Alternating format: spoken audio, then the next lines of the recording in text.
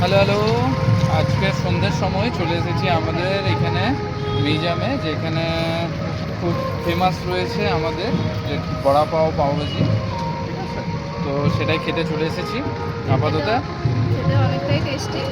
আমাদের যে নতুন যে ভিডিওসগুলো রয়েছে তার জন্য একটু লোকেশন দেখে পরে দেখতেই পাচ্ছ ড্রেস, তো এর উপরে বেস্ট করে কিছু ভিডিওস আসবে, তোমরা দেখতে থাকো।